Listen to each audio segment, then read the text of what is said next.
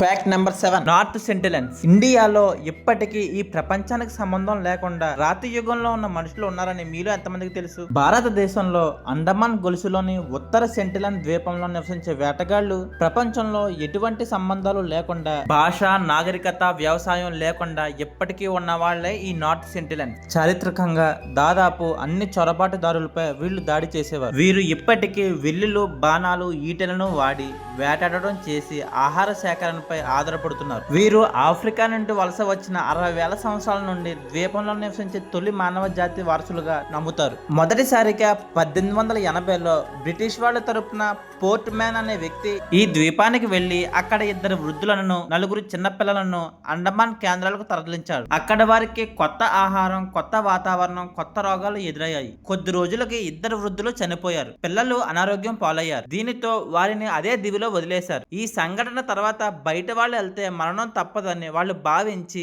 ఇప్పటికీ వారు భయపడతారు. అందుకే ఇప్పటికీ బయట వారు అక్కడ కనబడితే వారిని బాణాలతో దాడి చేసి చంపేస్తారు.